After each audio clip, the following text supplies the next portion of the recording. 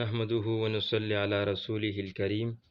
أما بعد، قال الله تعالى في كلامه المجيد وفرقانه الحميد: يا أيها الذين آمنوا اتقوا الله حق تقاته ولا تموتن إلا وأنتم مسلمون. صدق الله العظيم. وقال النبي صلى الله عليه وسلم: أخرجوا من النار من ذكرني يوما أو خافني في مقام. صدق الله العظيم وصدق نبيه الكريم ونحن على ذلك من الشاهدين والشاكرين. آمنت بالله. صدق الله العظيم. عزت مندو مخکینی ویډیو کې منګه د الله رب العالمین د یری او خصوصا په دې آیات چې یا ایها الذین آمنوا قوا انفسکم واهلیکم نارا هغه باندې لږ بحث ذکر کړو. دلته د الله رب العالمین د یری باره کې یو څو احادیث مبارک ذکر کوو چې کوم انسان د الله رب العالمین نه یریږي، د الله رب العالمین نه یره کوي، هغې ته کوم مقام میلاوي، کوم مرتبه میلاویږي. دغه انسان د دنیا کې څه میلاویږي او آخرت کې څه میلاویږي، او د آخرت دغه جزا متعلقه چې هغه د څنګه څه ورکړی کیږي. ځکه رسول الله صلی الله علیه وسلم دا فرمایلی دي چې الله رب العالمین فرمایي: اخرجوا من النار من ذکرنی یوما او خافنی فی مقام. چې الله رب العالمین به ورځ په قیامت باندې وفرمایي چې د جهنم نه هغه انسانان را بار کوي چې کوم انسانان زمانه یو ورځ یریدلي یا په یو ځای کې چې کوم د زمانه یریدلي. دا د انسان دپاره او د خصوصا د مسلمان دپاره او د ګناهګار انسان دپاره د خوشخبری خبره ده چې ګناهګار انسان او موږ ټول ګناهګار یو، ځکه 15 صدۍ مسلمانان یو، او په دې وخت کې مسلمان لا په دې باندې سوچ کول پکار دي، فکر کول پکار دي، او الله رب العالمین نه حقیقي یره خپل ځان کې راوستل پکار دي چې الله رب العالمین انسان ته دومره انعام ورکوي او عمر احسان پې کوي چې کلم انسان په یو ځای کې انسان د الله نه ویریږي، نو الله رب العالمین دا انسان په ورځ په قیامت د جهنم نه راوباسي. نو د هغه انسان به کوم مرتبه یو کوم مقامي چې هغه د خپل زړه د الله رب العالمین پسې تړلی او هر وخت کې د الله رب العالمین نه یره کوي، د الله نه یریږي. د انسان لپاره خو ډېره لوی مرتبه هغه لوی ذات ورکوي، ځکه الله رب العالمین ډېر زیات غفور دی او ډېر زیات رحیم دی، ډېر زیات کریم دی. خو چې کله دې بنده کې لږ انابت راشي، دا بنده لږ الله ته د الله طرف متوجه شي او الله ته رجوع کړي او د الله رب العالمین نه وغواړي چې ربه موږ فلانې ګناه کړی، فلانې ګناه کړی، فلانې ګناه کړی، د خپل ګناهونه رب ته رایاد کړي او بیا وایي ربه ته بخونکی بل بخونکی نشته. نو الله رب العالمین معافي کوونکی دی، الله بخونکی دی، الله انسان بخي. ګوره د یو ځای کې چې انسان په یو مقام کې د الله نه ویریږي، په یو ځای کې د الله نه یره وکړه، په یو وخت کې د الله نه یره وکړه، نو الله دومره حقیقي او دومره غیرتي بادشاه دی چې د رب نه یره کې هغه ته معاف کوي، الله دا مخي. نو انسان لا دا کمرې دا زړه دا سخت زړه د الله نه روي او بیا توفیق هم دا ورکوي چې د رب نه ویریږي. نو مسلمانانو خپل زړونه کې د الله نه یره پکار ده او داسې یره پکار ده چې د هغې یره په وجه باندې موږ د جهنم نه بچو، جنت ته لاړ شو. ځکه رسول الله صلی الله علیه وسلم په بل حدیث کې فرمایي، حدیث قدسی دی، الله رب العالمین فرمایي چې وعزتي وجلالي لا اجمع على عبدین خوفین او امنین، چې زما د په خپل عزت زما د خپل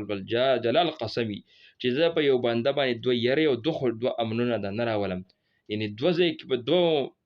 څیزونو کې امن شي، دا چېرته په انسان نه راځي. مقصد دنیا او آخرت دی چې په دنیا کې انسان وروسته حدیث کې فرمایي اذا خافنی فی الدنیا امنته یوم القیامه، چې کله د انسان په دنیا کې زمانه یره وکړي، زمانه دنیا کې ویریږي، نو امنته یوم القیامه په آخرت کې د انسان لزه امن ورکوم او د الله امن دا جنت دی. نو انسان له الله رب العالمین جنت ورکوي. او دویم و اذا امننی فی الدنیا اخفته یوم القیامه، چې کله د انسان په دنیا کې زمانه په امن کې زمانه په یره کې نه اخفته یوم القیامه، د انسان له ورځ په قیامت باندې زه یره ورکوم. نو دا هم ډېر د یرې حدیث دی چې انسانه وګوره چې په دنیا کې ته د الله نه یره کې او که د دنیا کې د الله نه په امن کې. که انسان په دنیا کې د الله نه په یره کې، نو دا دې خوشحاله شي چې رب آخرت کې مال دا خوشحالي راکوي، مال به امن راکوي او امن د جهنم نه، د عذاب نه، د هغه اور نه، د دې ټولو مشکلاتو نه، او امن به رسوي، جنت به د خوشحالو به د نعمتونو به او د هغه څه به چې انسان به هلته خوشحالي. ځکه چې کله انسان د الله رب العالمین نه یو ځای کې ویریږي نو حدیثو کې راځي او رسول الله صلی الله علیه وسلم بیان کړي دي هغه واقعیاتو چې د هغې په وجه باندې انسانان دا د یو ځای کې یره کړې ده نو الله رب العالمین هغه د جهنم نه بچ کړي. حضرت عبدالله ابن عمر رضی الله تعالی عنہ فرمایي چې رسول الله صلی الله علیه وسلم نه بعد اوریدلی دي چې بنی اسرائیلو کې یو انسان او دغه کفل نوم او د کفل دی وایي چې ما هغه کار نه وکړی چې په کوم کار باندې شیطان ناراضي کېږي، یعنې هر یو عمل د شیطان د رضا لپاره ما کړی او هر یو عمل د الله رب العالمین د ناراضګۍ هغه ما کړی. خو یو ورځ دی د یو زنانه سره پاک دامنې زنانه سره هغه مجبوره شو او دومره مجبوره کړه چې دی په یو 80 دینار باندې هغه راضي کړله د بد کار دپاره. نو دا پاکه زنانه چې کله دغه خوا ته کېناسته او دی د هغې د خپل حاجت پوره کولو لپاره کېناستو نو دغه زنانه دا د ډېره زیاته یېرېده او دا بدن یې سرپېده او دا زړه یې درزېده. یعنې دې حالت دا کفل نومي انسان دا ډېر متاثره او ورته وفرمایل او دا یې ورته وویل ته ولې څه یېرېږي ولې په یېره کې ویل ګوره د ننه پورې ما د خپل الله او د هغه ذات چې کوم زه پیدا کړی ما د هغې نافرماني نه ده کړې هغه زما منعم حقیقي دی هغه زما محسن قدیمي دی او نن چې تا د مجبورۍ کې ناست یم او زه په دې غلط انداز باندې کېنم دلته دا زه لوږې مجبوره کړم زه چې کوم د خپل پاکۍ مجبوره کړم دلته کېنولم او په ډېر د یرې په حالت کې او د زړه نه د اواز راوتو نو چې کله دا خبرې واورېدې نو د انسان په دې کې تبدیلي راله او ورته یې وفرمایل ویل ما په دنیا کې ډېر زیات غلط کارونه کړي د الله د رضا کار ما نه دی کړی خو ستا دې خبرو زه ویرولم او هغه انسان دغه بدفعلۍ نه هغه بالکل منع شو او د عزم وکړو چې آینده دپاره به زه دا کار نه کوم او هغې له چې کوم پیسې ورکړې وي هغې ورته معاف کړي. اتفاقا په دغه شپه باندې دغه انسان چې کوم دی دا وفات شو او د مخکې دا ویلي او دې پاک دامنې زنانه د الله د غضب نه د الله د قهر نه ویل د هغه نه یېرېږم د الله د عذابونو نه یېرېږم دا ټولې تذکرې ورته وکړې نو دې انسان دغه وخت کې توبه ویسته او د هغې چې کوم رقم او کوم پیسې اخیستې وي هغه یې ول واپس کړې او توبه یې ویسته او چې کله توبه ویسته نو دا پیغمبر علیه الصلاة والسلام وفرمایل چې په دغه شپه باندې د دې سړي انتقال وشو دا وفات شو. نو سار لا خلکو ویل دا خو ډېر ګناهګار انسان و داسې به کوم حال کېږي نو قدرتي طور د هغه په دروازه باندې لیکلی شوي ان الله قد غفر للکفل چې الله رب العالمین کفل ته دا معافي وکړه او بخښنه ورته وکړه. نو خلکو تعجب وکړو چې ګوره د ټول عمر نافرماني او د یو رب نه د یو ټیم کې یره دې انسان له څومره فایده ورکړه چې په یو وخت کې د یو عمل نه د یو یېرې په وجه باندې د ټول عمر ګناه د انسان معاف شوه د ټول عمر غلط کارونه د انسان معاف شو او په زړه کې د الله رب العالمین حقیقي یره پیدا کړه نو د الله رب العالمین د حقیقي یرې په وجه باندې د دې انسان مغفرت او بخښنه وشو. دغه شان یو بل روایت کې راځي ابو هريره رضی الله تعالی عنہ نه روایت ده چې رسول الله صلی الله علیه وسلم فرمایل چې په مخکې زمانه کې یو ګناهګار انسان او ډیر ظلمونه کړیو د مرګ په وخت کې خپل بچی را جمع کړو او ورته فرمایل ول راشي چې کینول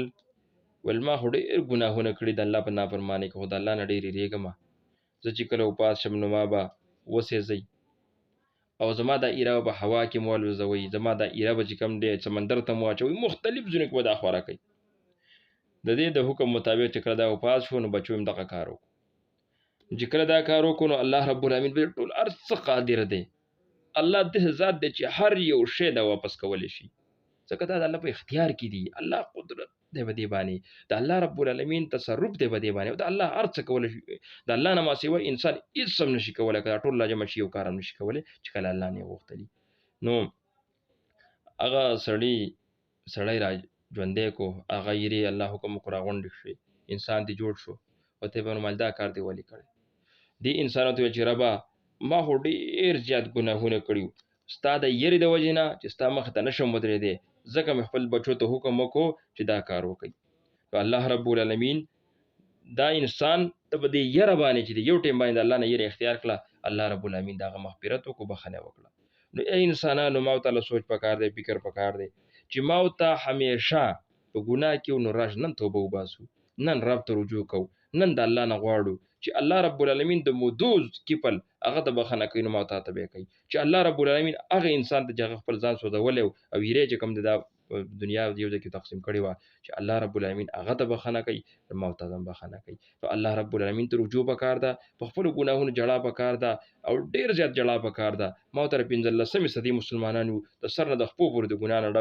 ډکیو نو په دې باندې سوچ کول پکار دي فکر کول پکار دي په خپل لګي د الله رب العالمین حقيقي یره پیدا کول پکار دي چې د هغه یره په وجه باندې ما او تاسو د الله رب العالمین نه نجات میلاو شي جهنم نه ته نجات میلاو شي عذاب نه ته نجات میلاو شي جنت راته میلاو شي کامیابی راته میلاو شي په دنیا کې مراته خوشحالي میلاو شي په آخرت کې مراته خوشحالي میلاو شي ان شاء الله کاینده د پاره وخو به ذکر کوم چې کوم انسانان د الله رب العالمین نه یریږي او کوم بدن او کوم سترګي د الله رب العالمین نه یریږي او کوم علامات چې هغه علامات موږ په ځان کې راولو چې د هغه په وجه باندې انسان د الله رب العالمین د یری د مستحق ګرځي او الله توفیق د بیا د انسان لور کوي چې هغه بزړه کې خوف پیدا شي او الله دې خوف په وجه باندې انسان د دنیا او آخرت خسته کوي او په آخرت کې ول جنت ور کوي د جهنم نه بچ کوي نعمتونه د دې انسان لور کوي نو الله رب العالمین نه موږ ته خپل یره حقيقي یره نصیب کی چې د الله رب العالمین نه موته په حقيقي یره باندې ویریږو او الله په دنیا کې هم کامیابی راکړي په آخرت کې جنت راکړي ان شاء الله آئنده ویډیو انتظار کوئ د انډي ویډیو پر استاد اجازه غواړم السلام علیکم ورحمت الله